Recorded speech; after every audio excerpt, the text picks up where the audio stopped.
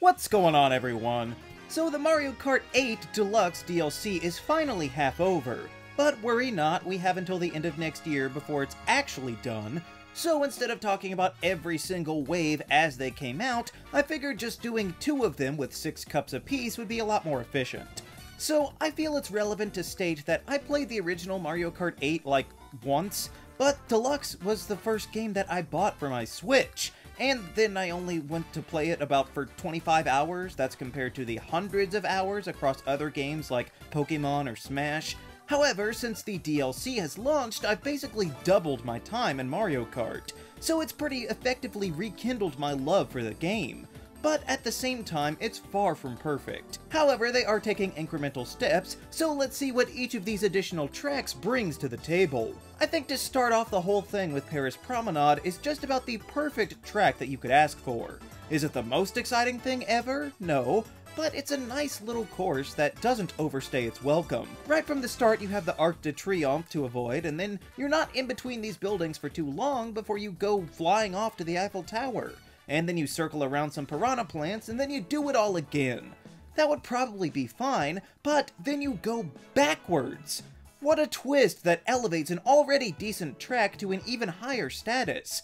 Not to mention the great soundtrack here. So I should also mention that I've never played Mario Kart Tour, so basically to me, any tracks from there are brand new. And this one was a great introduction to the concept and new tracks in general, with a memorable gimmick as well, so I will give it an A grade. Next is not so grand with Toad Circuit. Yeah, I don't even know what they were thinking with this one. It wasn't even really that fun back on the 3DS, but here it just stands out as really dull compared to everything that was in the base game that 8 had to offer. This one was also really glaring for the graphical downgrade that these tracks were when comparing the flat plastic-looking grass. It's really just a big figure 8, and we have one of those in the game already. But this one has a single flight ramp and maybe some boosts that you can do through some sandy spots, I guess. That's about it, so I'll just give this one an F rating. Not an outright hated track, but I will definitely roll my eyes if it gets selected. Then we have a big step up with Choco Mountain from the N64. I never had an N64 in my house, but this is one of the tracks from it that I've always remembered, and I was excited for them to bring it back. And I was even more excited once I realized that I was not going crazy, and the track was in fact different from what I remembered. This mouth-looking opening now takes you into a crystal cave, and then launches you up into the air to get back to the boulders falling that we're familiar with. Well, not exactly, there is a rail now that prevents you from falling back halfway down the track, but to me that is not enough to completely take away from the enjoyment, because it's still a great course with a bunch of improved visuals, while still maintaining the foggy atmosphere of the original. So I definitely give it an A grade, maybe even a low S at times, because I'll always be glad to see it come up. But then the Golden Dash Cup ends with a classic Coconut Mall. Unfortunately, it's not quite in mint condition. This was undoubtedly my favorite course from Mario Kart Wii, a game that I played quite often, but when translated to the Switch, it didn't seem to measure up, or more accurately when translated to a mobile game and then ported to the Switch. I think this track really displayed the limitations of Tour, and that taking them all from there might have been easy, but you have to do something more than simply copy and paste. Case in point, the cars at the end that do nothing.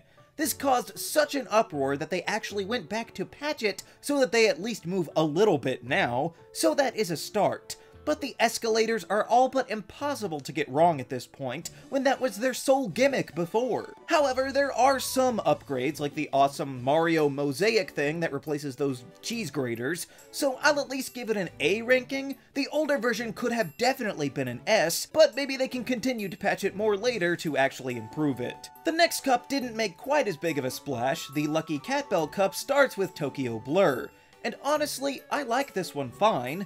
It takes the altered track system from Paris and makes every lap different, adding in various threats so that you can't really get the hang of it all in one race. The city may not be as exciting as some others, but it has a great atmosphere. There's enough imagery here and obstacles to me that this is much better than some of the other city courses, so I'll just give it a solid B for now. Then there's Shroom Ridge, and I can only assume that this one was here because they needed a quota from certain older games. Not that it's a bad track, it just doesn't have all that much to set itself apart from the many other car racetracks throughout the series. There are some neat shortcuts if you have a mushroom, and there are some tight turns, I guess, but mostly I just think about how I would rather be playing any other highway track, so I'll just give it a C and we can move on. Not that it'll be that much better with Sky Garden. I never played the GBA Mario Kart, but I have played Sky Garden in another version, and I will say that it's very nice to have the added verticality to this track that was impossible in the original. But that doesn't quite get it off scot-free. There's a nice mushroom bounce and leaf shortcuts, but the giant hill is kind of a letdown. I mean, all you do is just turn around. There is a donut that you can cut through, but really this whole section should have been anti-grav. Yet another glaring reminder that these courses were not made for 8 when they lack significant core elements of the game, so this one can only get a D. But Wave 1 ended with a pretty stellar entry with Ninja Hideaway.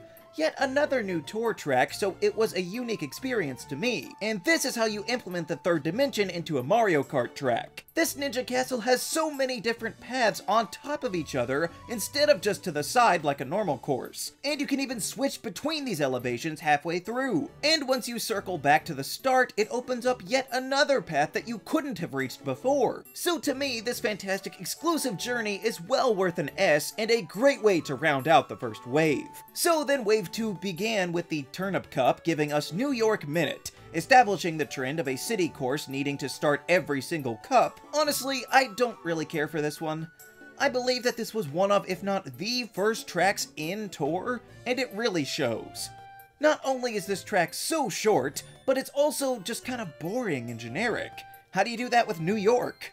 It kind of starts in Times Square, I guess, and then you go through Central Park, but there's no real identifying features to specify these as locations. Plenty of cities have buildings and parks, but the only time they remotely shake things up is like the last 20 seconds of the final lap, where you go down through a theater and then get the most fleeting of glances at the Statue of Liberty.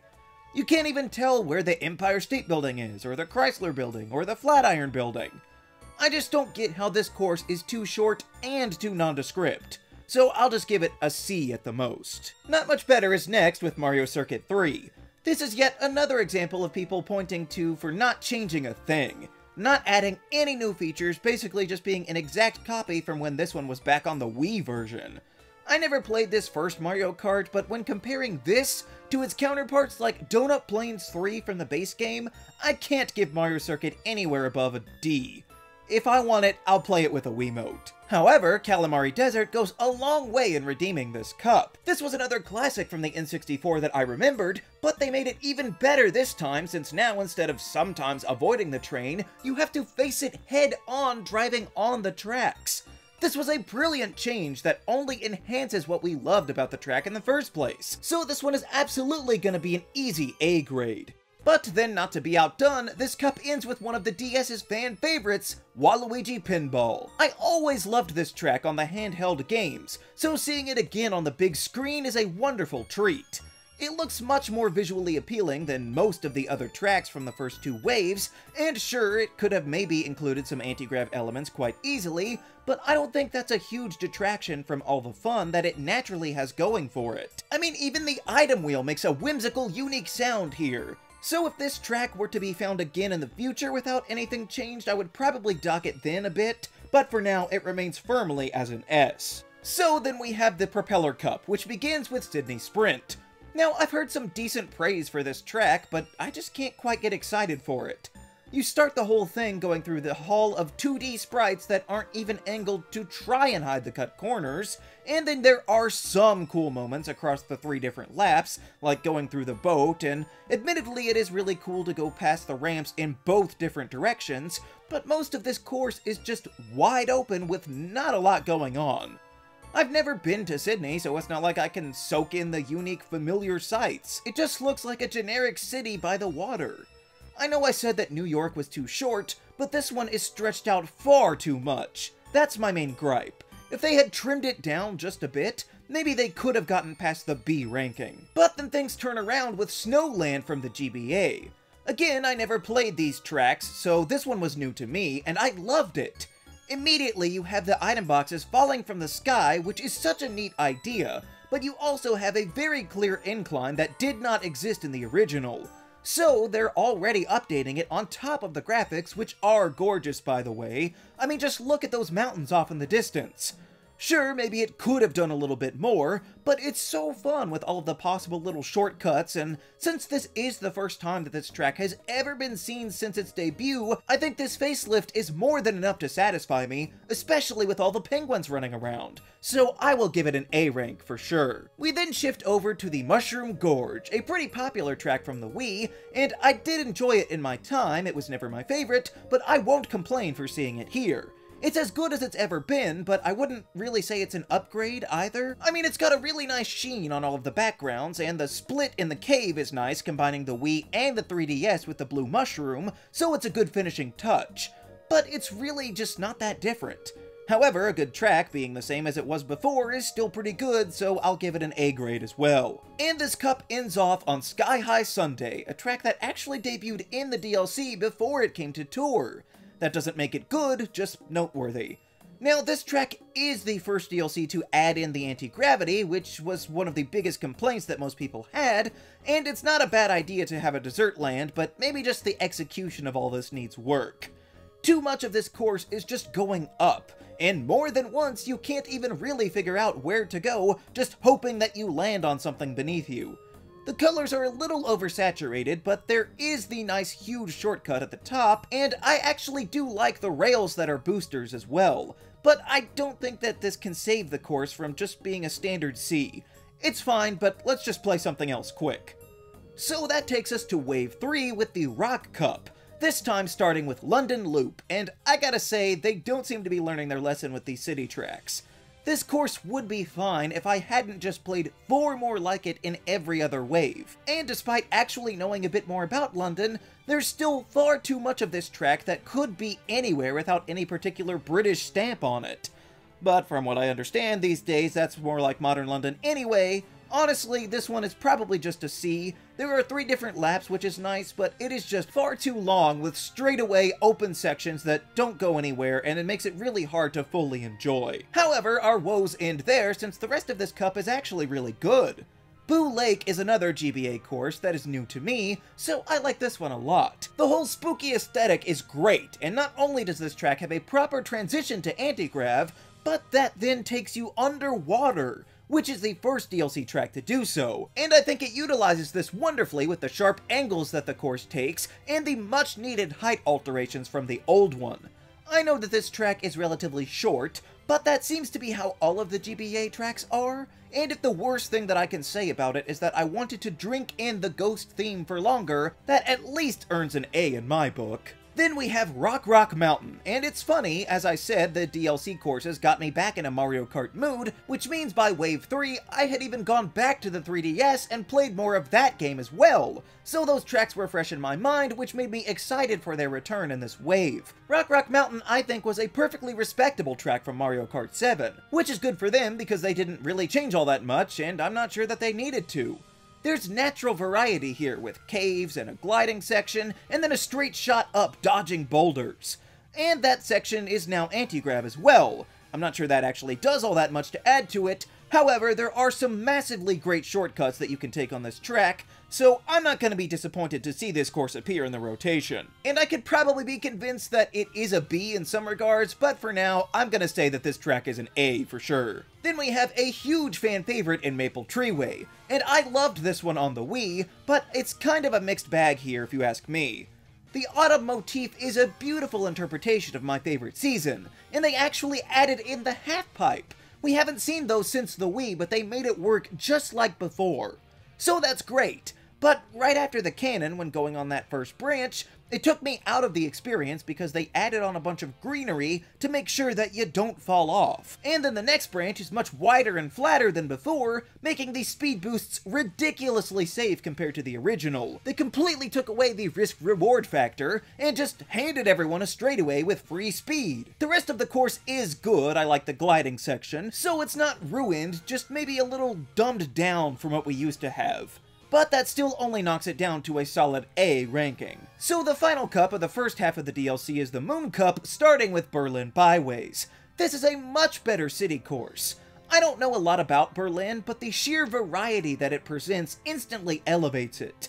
You don't go too long in a boring open street like most of these cities, weaving through a train, split-height tracks, fun random speed boosts throughout, and dodging cars, even tricking off the backs of womps. This one actually has me wishing that the laps did repeat, so that I could do some of those fun sections over again. I won't say that it's the best track ever, but to me, this is by far the best of the real city tracks, and it handily gets an A for their effort. Next we have Peach Gardens, which is a track that I have always loved, and it holds up pretty well here.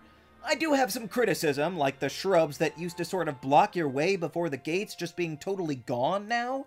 That is a huge missed opportunity. And why block off the circle at the start? Sure, it was way slower, but shouldn't that be my choice? However, the main garden section is quite fun, with giant plant versions of some of our favorite characters, and I actually really like the Piranha Plant edition before the moles. But of course, the biggest topic of discussion in this is the last lap, going in a completely new area, and then taking you back the opposite way to face other racers head-on and fly over the garden. So it's always a great time here, the tea parties also look very nice, and I'll give it an S ranking, but maybe just not as strong of an S as it would have been before. The sort of headliner for this wave is Merry Mountain, which is a new Christmas-themed course. And it's a pleasant little village with some gorgeous visuals, and has a few nice little tricks as well, like a raised-up train track, another half-pipe as well, some massive shortcuts, and a spontaneous lap-to glider ramp. But outside of these things, the track itself is fairly mundane.